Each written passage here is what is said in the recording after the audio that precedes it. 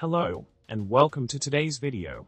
Today we're diving into a common problem that many macOS users might encounter when trying to create snapshots for backups. The issue arises when attempting to mount these snapshots as read-only for file copying, leading to the error messages "volume could not be mounted," "resource busy," or "volume could not be mounted," "operation not permitted." It seems like a tricky situation, but fear not, as we have a solution on the horizon. In finding a solution to this problem, it's crucial to explore alternative methods, such as utilizing commercial products like SuperDuper for efficient snapshot cloning and file copying.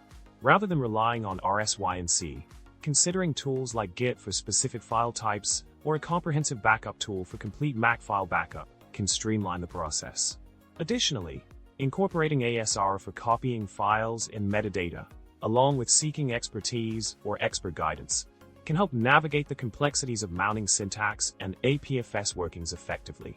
Now, to sum it all up, tackling macOS snapshot cloning and file copying for backups can indeed be a formidable task, but with the right tools and approach, it can become a seamless process. Consider exploring commercial solutions like SuperDuper, leveraging tools like ASR for file copying, and seeking expert advice if needed.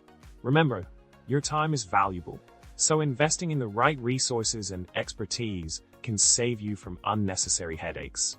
And with that, we've reached the end of today's video. Don't forget to hit that subscribe button, like the video, and leave a comment below with your thoughts or any other tech dilemmas you'd like us to tackle next. Thanks for watching, and until next time,